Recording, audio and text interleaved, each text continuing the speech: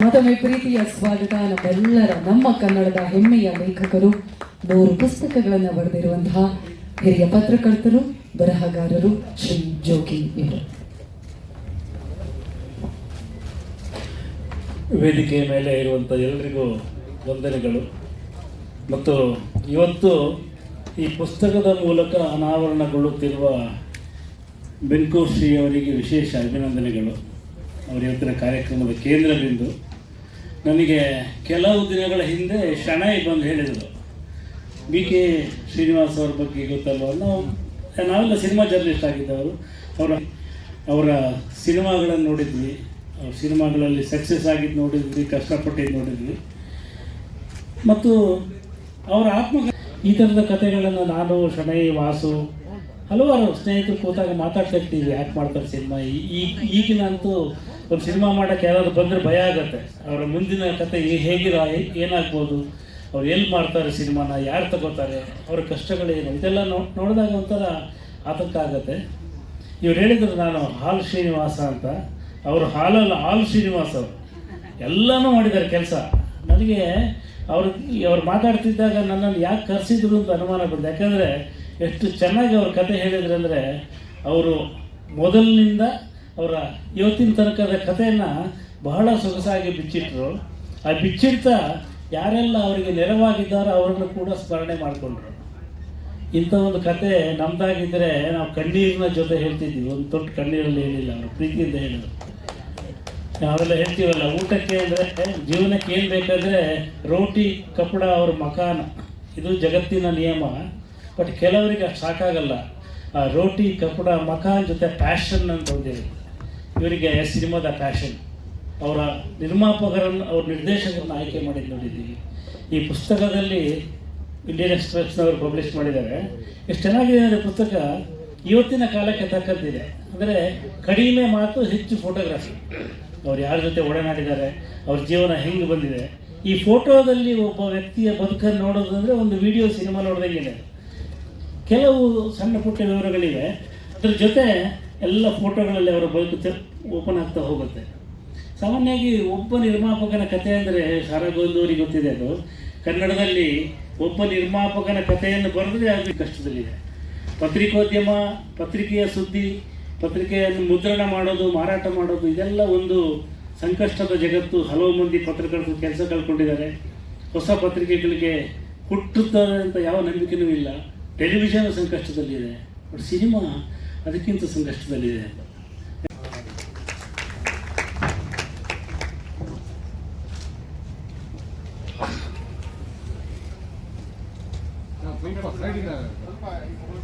Raju sir, ಈ ಕಡೆ sir.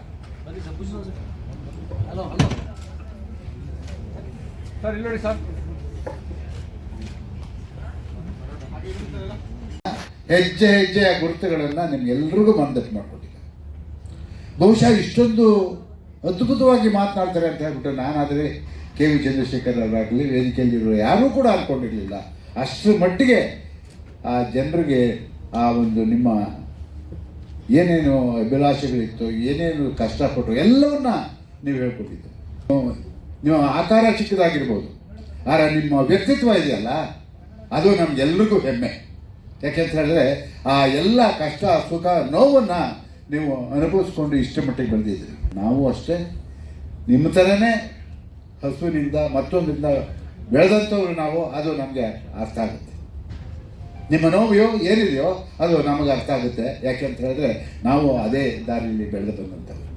ಇದೇ ಸಮಯದಲ್ಲಿ ನಾವೆಲ್ಲರೂ ಅಜ್ಜಯ್ಯ ಸ್ವಾಮಿಗಳ ಆಶೀರ್ವಚನವನ್ನು ಆಲಿಸೋದಕ್ಕೆ ಪ್ರೀತಿಯಿಂದ ಕಾಯ್ತಾ ಇದ್ದೀವಿ. ಆದರೆ ಅದಕ್ಕೂ ಮುನ್ನ ವೇದಿಕೆಯಲ್ಲಿ ಒಬ್ಬರು ಮಹಿಳಾಮಣಿ ಇದ್ದಾರೆ, ಅವರ ಮಾತುಗಳನ್ನು ಕೇಳುವ ಅಂತ ಹೇಳಿ ಇದೀಗ ಇರುವಂತಹ ಎಲ್ಲ ಪತ್ರಕರ್ತರು, ಹಿರಿಯ ಪತ್ರಕರ್ತರು, ಜೊತೆಗೆ ನನ್ನ ಪ್ರೀತಿಯ ಸಭಿಕರೇ, ನಿಮ್ಮೆಲ್ಲ ಅಂದ್ರೆ ಅವರ ಒಳಗಡೆ ಅಂತರಾಳದಲ್ಲಿ ಆ ದೃಢ ಸಂಕಲ್ಪ, ಆ ಹಪಹಪಿತನ ಎಷ್ಟು ಮಟ್ಟಿಗಿತ್ತು ಅನ್ನೋದು ನಮಗೆ ಅವರ ಜೀವನ ಗಾಥೆಯನ್ನ ನೋಡಿದಾಗ ಅರ್ಥ ಆಗತ್ತೆ.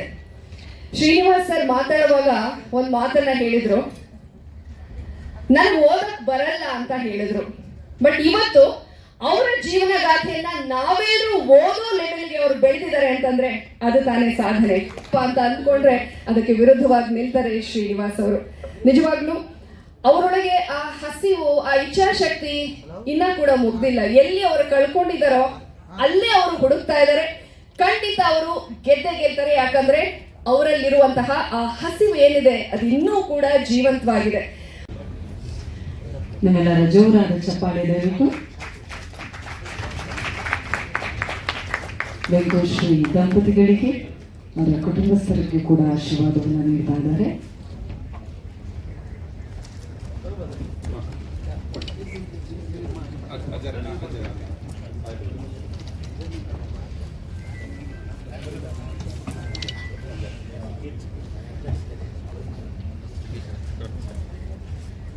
ವೆಂಕಟೇಶ್ವರಿ ಅವರ ಪುತ್ರ ಹರ್ಷ ಅವರು, ಅದೇ ರೀತಿಯಾಗಿ ಅವರ ಸೊಸೆ ಸುಶ್ಮಿತಾ ಅವರಿಗೂ ಕೂಡ ಆಶೀರ್ವಾದವನ್ನು ನೀಡಲಾಗ್ತಾ ಇದೆ.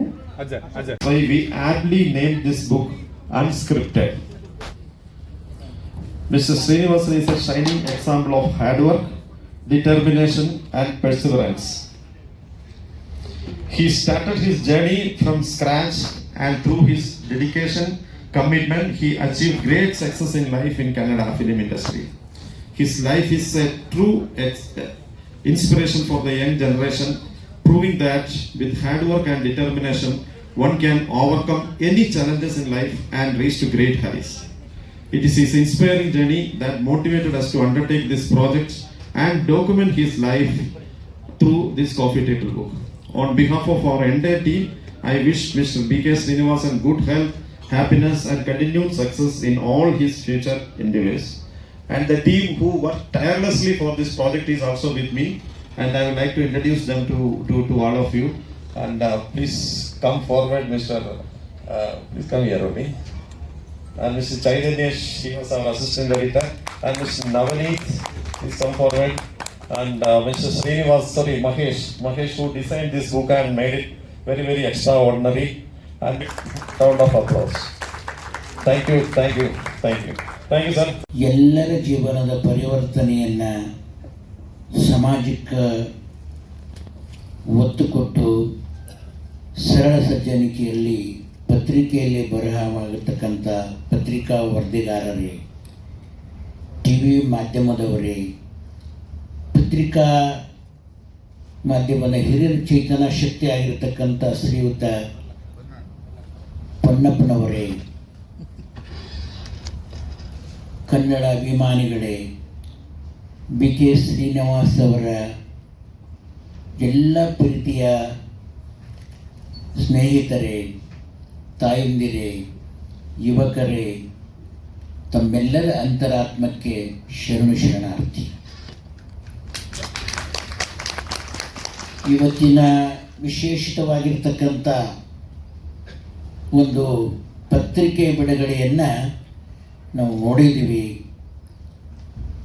ಮಾತಾಪಿತಾ ಇವರ ಒಂದು ವಿಚಾರ ಭಾಳ ಸರಳ ಸಜ್ಜನಿಕೆಯ ಸಂಸಾರದ ಹೇಯಸ್ಥಳದಲ್ಲಿ ಹೇಗೆ ನಡಿಬೇಕು ಅನ್ನೋದು. ಹಠವಿದ್ದರೆ ಪಟ್ಟ, ಚಟವಿದ್ದರೆ ಚಟ್ಟ. ನನ್ನ ಜೀವನ ನಾನು ಚಟಕ್ಕೆ ಮದುವೆ ಆಗಿಲ್ಲ, ಹಠಕ್ಕೆ ಮದುವೆ ಮಾಡ್ಕೊಂಡಿದ್ದೀನಿ. ಚಟಕ್ಕೆ ಮದುವೆ ಮಾಡ್ಕೊಳ್ಳೋರು ಅವರು ರಾವಣನ ಅವತಾರದಲ್ಲಿರ್ತಾರೆ. ಹಠಕ್ಕೆ ಮದುವೆ ಮಾಡಿಕೊಂಡವರು ರಾಮನ ಅವತಾರದಲ್ಲಿರ್ತಾರೆ. ಅವರು ಒಂದೇ ಪುಟದಲ್ಲಿ ತಮ್ಮ ಸಂಸಾರದ ಹೇರಸ್ಥಳವನ್ನು, ಎಲ್ಲ ರೀತಿಯ ಅನುಭವವನ್ನು, ಎಲ್ಲರ ಪ್ರೀತಿಯನ್ನು, ಎಲ್ಲರ ಜೊತೆಗೆ ಇರ್ತಕ್ಕಂಥ ಬೆಳವಣಿಗೆಯನ್ನು ಅವರು ತೋರಿಸಿದರು. ಒಂದು ಗೋಮಾತೆ ಇಟ್ಟರೆ ಶಗಣಿಯಾದೆ, ತಟ್ಟಿದರೆ ಕುರುಳಾದೆ, ಸುಟ್ಟರೆ ನಸುಲಿಗೆ ವಿಭೂತಿಯಾದೆ, ನೀನಾರಿಗಾದೆಯೋ ಎಲೆಮಾನವ. ಹಾಯ ಹರಿಗೋಲಾದೆ, ರಾಯ ಬೇರಿಗಾದೆ, ರಾಯರ ಕಾಲಿಗೆ ಮುಳ್ಳೊತ್ತಲಾದೆ, ನೀನಾರಿಗಾದೆಯೋ ಎಲೆಮಾನವ. ಸಣ್ಣ ಕುಟುಂಬದಲ್ಲಿ ರೈತರ ಮಗನಾಗಿ ಹುಟ್ಟಿ ಆ ಗಂಗಮ್ಮ ತಾಯಿ ಹರ್ಷಿದ ಮಾತು ಎಷ್ಟು ಚೆನ್ನಾಗಿದೆ. ಅವ್ರು ಹೇಳಿದರು, ನಾನು 9ನೇ ಕ್ಲಾಸು ಓದಿದ್ದೀನಿ, ಫೇಲ್ ಆಗಿದ್ದೀನಿ ಅಂತ. ಅವ್ರು ಆದಮೇಲೆ ನಾನೇ ಇದ್ದವನೇ. ನಾನು 30ನೇ ವರ್ಷಕ್ಕೆ SSLC ಬರೆದಿದ್ದೀನಿ. ನಾನು ಹಸು ಕಾದೆ ಸ್ವಾಮಿಯಾಗಿ ಬಂದೇನಿ. ಅವ್ರ ಹಸು ಕಾಲು ಇದ್ದು ತಾಯಿಯ ಆಶೀರ್ವಾದ ಪಡೆದು ಹಠಕ್ಕೆ ಮದುವೆ ಆಗಿ ಪುತ್ರನನ್ನು ಹೆತ್ತು ಅವ್ರು ಆಗಲೇ ಕೇಳಿದ್ರು. ನನ್ನ ಮಠಕ್ಕೆ ಬಂದಾಗೂ ಕೇಳಿದ್ರು ಅವರು, ಬುದ್ಧಿಯವರೇ ನನ್ನ ಜೀವನ ಹಿಂಗೆ ಸಾಕ್ಕೊಂಡು ಬಂದ್ಬಿಟ್ಟೈತಿ, ನನ್ನ ಮಗನಿಗೆ ಒಂದು ಒಳ್ಳೆಯ ಆಶೀರ್ವಾದ ಬೇಕು ಅಂತ ಕೇಳಿದ್ರು ಅವರು. ಹೌದಾ? ಆ ಒಂದು ವಿಷಯದಲ್ಲಿ ಅವರು ಎಷ್ಟು ಮುಂದೆ ಆಲೋಚನೆಯನ್ನು ಮಾಡಿದ್ದಾರೆ. ಮಗನಿಗಾಗಿಯೇ ನನ್ನ ಜೀವನ ಅಂತಕ್ಕಂಥದ್ದು. ಮಗನಿಗಾಗಿ ಆಸ್ತಿ ಮಾಡೋರು ಎಷ್ಟೋ ಜನ ಇರ್ತಾರೆ, ಆದರೆ ಮಗನೇ ನನಗೆ ಆಸ್ತಿ ಆಗಬೇಕು ಅನ್ನುವಂಥ ಕುತೂಹಲ ಶ್ರೀನಿವಾಸದಲ್ಲಿ ಭಾಳ ತುಂಬ ಹೃದಯದಿಂದ ಕಷ್ಟ ಜೀವನವನ್ನು ನಿಮ್ಮ ಜೊತೆಗೆ ಹಂಚಿಕೊಂಡ್ರು. ಹೌದಾ? ಅವರು 9ನೇ ಕ್ಲಾಸ್ ಓದಿದ್ದಾರೆ, ಹಿಂಗಾಗೈತಿ. ನಾನು 30ನೇ ವರ್ಷಕ್ಕೆ SSLC ಬರೆದವನು. ನಾವು ಭಾಷಣಕಾರರಲ್ಲ, ಕಾಯಕವೇ ಕೈಲಾಸ ಅಂತ. ನಮ್ಮದು ಶಿವಪೂಜೆ ಮಾಡೋದು, ಸಂಕಲ್ಪ ಮಾಡೋದು, ಕಾಯಕ ಮಾಡೋ ಕೆಲಸ ನಮ್ಮದು. ಇವರು ಜೀವನದ ಸಂಸಾರದ ಹೇಯಸ್ಥಳದಲ್ಲಿ ಅವ್ರ ಕಾಯಕ ಹೇಗಿತ್ತು ಅನ್ನೋದನ್ನು ಚಟಕ್ಕೆ ಕ್ಷಣವಾಗಿ ಸೇರಿಕೊಂಡೆ ನನ್ನ ಜೀವನ ಹೇಗಾಯ್ತು ಅನ್ನೋದ್ರ ಬಗ್ಗೆ ವಿಸ್ತೀರ್ಣವಾಗಿ ಹೇಳಿದರು ಅವರು. ಶ್ರೀರಾಮಚಂದ್ರ 14 ವರ್ಷ ವನವಾಸಕ್ಕೆ ಹೋಗ್ತಾನೆ, ಹೋರಾಟ ಮಾಡ್ತಾನೆ. ರಾವಣನ ಜೊತೆಗೆ ಹೋರಾಟ ಮಾಡಿ ಆ ರಾವಣನ ಅರಮನೆ ಸಂಪತ್ತನ್ನು ಪಡಿತಾನೆ. ಜೀವನ ಸಾಗಿ ಬಂದಾಗ ಯಾತ್ರಿಕರು ಏನಂತಾರ ಅಂದರೆ, ಬಿಸಿಲು ಹೋಗ್ತಾ ಇರ್ತೈತಿ, ಬಿಸಿಲಿನಲ್ಲಿ ಯಾತ್ರೆ ಮಾಡ್ತಾ ಇದ್ದಾಗ ವಯೋವೃದ್ಧರಾಗಿರ್ತಕ್ಕಂಥವ್ರು ಒಬ್ರು ಇರ್ತಾರೆ. ನಮ್ಮ ಜೋಗಿ ಅಂಥವರು ಬರಹಗಾರರು ಏನು ಮಾಡೋದಪ್ಪ, ನಾವು ಯಾತ್ರೆ ಮಾಡ್ತಾ ಇದ್ದೀವಿ ಹೇಳ್ಬೇಕಲ್ಲ ಅಂತ ಹೇಳಿ ಅವರು ಒಬ್ಬರ ಮನೆ ಬಾಗಿಲಿಗೆ ಹೋಗ್ತಾರೆ. ಅವ್ರು ಬಂದಿರ್ತಕ್ಕಂಥ ಸಂದರ್ಭದಲ್ಲಿ ಒಂದು ವಯಸ್ಸಾದಂಥ ಅಜ್ಜಿಯಲ್ಲಿ ಕುಂತಿರ್ತತಿ. ಅಪ್ಪ, ನೀವು ಯಾತ್ರೆ ಮಾಡ್ತಾ ಇದ್ದೀರಿ ಅಂದಾಗ ಈ ಜೋಗಿ ಹೇಳ್ತಾ ಇದ್ದಾನೆ, ಅಜ್ಜಿ ನೀನು ವಯಸ್ಸು ಹೋದವಳದೀಯ, ನಿನ್ನ ಒಂದು ಪರಿಸ್ಥಿತಿಯಲ್ಲಿ ಇರ್ತಕ್ಕಂಥದ್ದು ನೋಡಿದಾಗ 100 ವರ್ಷದ ಸಂಸಾರದ ಹೇಸ್ತರದಲ್ಲಿ ನೀನು ಜೀವನ ಸಾಗಿಸ್ಕೊಂಡು ಬಂದಿದೆಯಾ. ಶ್ರೀರಾಮಚಂದ್ರನ ಕಥೆಯನ್ನು ನಿನ್ನ ಕಿವಿಲಿ ನಾನು ಕೇಳಬೇಕಾಗೈತಿ ಅಂಥೇಳಿ ಯೋಗಿ ಅಂತವ್ರು ಬರಹಗಾರರು ಅಜ್ಜಿನ ಒತ್ತಾಯ ಮಾಡಿ ಕೇಳ್ತಾನೆ. ಅವಳು ನೀರು ಕೊಟ್ಲು, ಬೆಲ್ಲ ಕೊಟ್ಲು, ಬಿಸಿಲೈತಿ ತಮ್ಮ. ಆದರೂ ಯೋಗಿಯವ್ರು ಏನು ಮಾಡಿದ್ರು, ಜೋಗಿಯವರು ರಾಮಾಯಣನ ಮಾತು ನೀನು ಹೇಳಲೇಬೇಕು ನನಗೆ ಅಂಥೇಳಿ ಒತ್ತಾಯ ಮಾಡಿ ಕೇಳಿದಾಗ ಅಜ್ಜಿ ಹೇಳ್ತತಿ, ಶ್ರೀರಾಮಚಂದ್ರ ದಶರಥನ ಕಂದ ಶ್ರೀರಾಮಚಂದ್ರ ರಾವಣನ ಕೊಂದ, ಮಜ್ಜಿಗೆ ಅಂದ. ನೋಡ್ರಿ, ಬಿಸಿಲಿನ ತಾಪಕ್ಕೆ ಮಜ್ಜಿಗೆ ಕೊಡಬೇಕಾಗಿತ್ತು. ಬರಹಗಾರ ಒತ್ತಾಯ ಮಾಡಿ ಅಜ್ಜಿನ ಖುಷಿಪಡಿಸಿ ಕೇಳಿದಾಗ 3 ಮಾತಿನಲ್ಲಿ ಹೇಳಿಲ್ಲದು. ದಶರಥನ ಕಂದ, ಹೌದಾ, ಮಜ್ಜಿಗೆ ಅಂತ. ಆ ಮಜ್ಜಿಗೆ ಕುಡಿಸಿ ರಾಮಾಯಣನ ಕತೆ 12 ವರ್ಷದ ಅನುಭವವನ್ನು ಹೇಳಿಬಿಟ್ರು. ಇವರು 63 ವರ್ಷದ ಅನುಭವವನ್ನು ಒಂದೇ ಪುಟದಲ್ಲಿ.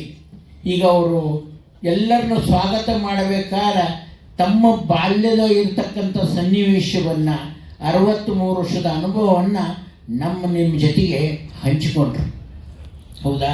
ಸಂಸಾರದ ಹೇಸ್ತರದಲ್ಲಿ ಏನೋ ಒಂದು ಮಾತು ಹೇಳ್ಬೇಕಂದ್ರೆ ಇದು ನನ್ನ ಮರ್ಯಾದೆ ಪ್ರಶ್ನೆ ಅಂದ್ಕೊಂಡು ಮುಚ್ಕೊಂಡಿರ್ತಾರೆ. ಆದರೆ ಶ್ರೀನಿವಾಸರು ಮನಸ್ಸು ಬಿಚ್ಚಿ ನನ್ನ ಜೀವನ ಹೇಗಿತ್ತು ಅನ್ನೋದನ್ನು ಒಬ್ಬೊಬ್ಬರು ಸಹಕಾರವನ್ನು ಕೊಟ್ಟಂಥ ವ್ಯಕ್ತಿಯನ್ನು ಹೊಗಳಿಕೊಂಡು ತಮ್ಮ ಕಷ್ಟವನ್ನು ಹಂಚಿಕೊಂಡ್ರಲ್ಲ, ಇದು ಭಾಳ ಮಾರ್ಮಿಕವಾಗಿರ್ತಕ್ಕಂಥ ರಾಮನ ಕಥೆಯನ್ನು ಕೇಳೋದಷ್ಟು ನಮ್ಮ ಮನಸ್ಸಿಗೆ ಸಂತೋಷ ತಂತು. ಅವರ ಜೀವನ ಇಲ್ಲಿವರೆಗೂ ಯಾತ್ರೆ ಮಾಡ್ಕೊಂಡು ಬಂದವರಾಗಿದ್ದಾರೆ. ಮುಂದಿನ ಜೀವನಕ್ಕೆ ಅವರ ಪುತ್ರ ಬೆಳೀಲಿ, ಅವರ ಮುಂದಿನ ಬೆಳವಣಿಗೆಗಾಗಿ ಏನು ಅಪೇಕ್ಷೆ ಪಡ್ತಾರೋ ಶ್ರೀಮಠದ ಆಶೀರ್ವಾದ ನಿರಂತರವಾಗಿ ಅವ್ರಿಗಿರದೆ ಅಂತಕ್ಕಂಥ ಮಾತನ್ನು ಹೇಳ್ತಾ ಇದ್ದೀವಿ. ಈಗೂ ಕೂಡ ನೀವು ಅನಿಸಿಕೆಯಲ್ಲಿ ಇವರು BK ಶ್ರೀನಿವಾಸ್ ಅವರು, ನಮ್ಮ ಮಠದ ಮಗನಾಗಿರ್ತಕ್ಕಂಥ DK ಶ್ರೀನಿವಾಸ್ ಅವರು, DK ಶಿವಕುಮಾರ್ ಅವರು ಮೊನ್ನೆ TV ಮಾಧ್ಯಮದಲ್ಲಿ ಹೇಳಿದರು ನನ್ನ ಬಾಲ್ಯ ಜೀವನ ಹೇಗಿತ್ತು ಅಂಥೇಳಿ. ಇವ್ರು ಹೇಳ್ತಾ ಇದ್ದಂಗೆ ಅವ್ರು ನನಗೆ ನೆನಪತ್ತು. ಅವರು ಹೇಗೆ ಹಂಚಿಕೊಂಡ್ರು, ತಾಯಿ ಹೇಗಿದ್ರು, ಓದಬೇಕನ್ನೋ ಕುತೂಹಲ ಇದ್ದರೆ ಓದೋದ್ರ ಜೊತೆಗೆ ನಾನು ರಾಜಕೀಯ ಮಾಡಬೇಕು ಅನ್ನುವಂಥ ಚಟ ಅವರಿಗಿತ್ತು. ಇವರು ಓದೋದ್ರ ಜೊತೆಗೆ ಇರಲಿಲ್ಲ, ನಾನು ಸಿನಿಮಾ ಮಾಡಬೇಕು ಅನ್ನುವಂಥ ಚಟ ಇವ್ರಿಗೆ ಬಂದಿತ್ತು.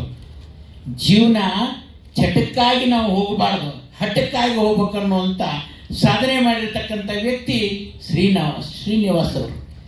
ಅವರ ಒಂದು ಸಾಧನೆ ಅತ್ಯುತ್ತಮವಾಗಿ ಬೆಳೆದು ಬಂದಿರತಕ್ಕಂಥದ್ದಾಗಿದೆ. ನಮ್ಮ ಡಿ ಕೆ ಶಿವಕುಮಾರ್ ಅವರು ಕೂಡ ಅದೇ ರೀತಿಯಲ್ಲಿ ಬೆಳ್ಕೊಂಡು ಬಂದವರಾಗಿದ್ದಾರೆ.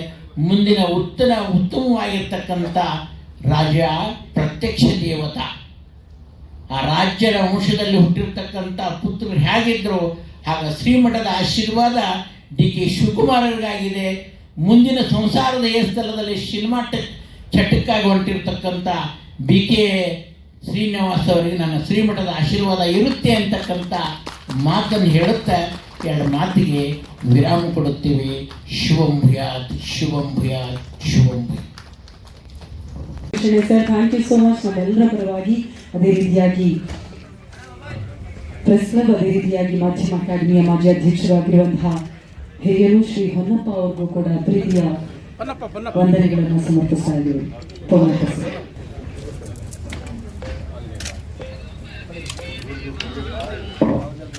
ಇದೀಗ ರಿಪಬ್ಲಿಕ್ ಸೆಂಟ್ರಲ್ ಸ್ಕೂಲ್ ಪರವಾಗಿ ವೆಂಕಟೇಶ್ವರಿ ಅವರನ್ನ ಗೌರವಿಸ್ತಾ ಇದ್ದಾರೆ. ಅವರೊಂದು ವಿರೋಧನ ಕೂಡ ಕೊಡ್ತಾ ಇದ್ದಾರಂತೆ. ಹಾಗಾಗಿ ರಿಪಬ್ಲಿಕ್ ಸೆಂಟ್ರಲ್ ಸ್ಕೂಲ್ ಅವರು ಆದಷ್ಟು ಬೇಗ ವೇದಿಕೆಗೆ ಬರಬೇಕು.